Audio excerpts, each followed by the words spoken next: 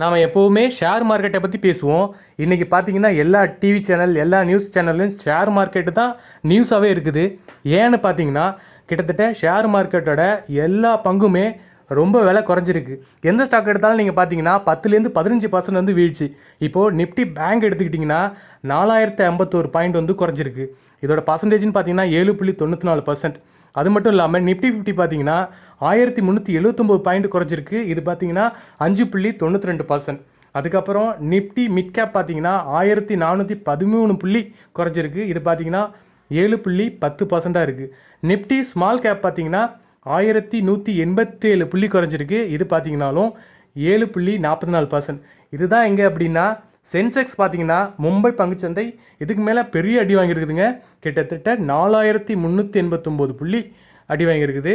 கிட்டத்தட்ட பார்த்தீங்கன்னா 5.74%. கிட்டத்தட்ட சுமார் 20 லட்சம் கோடி.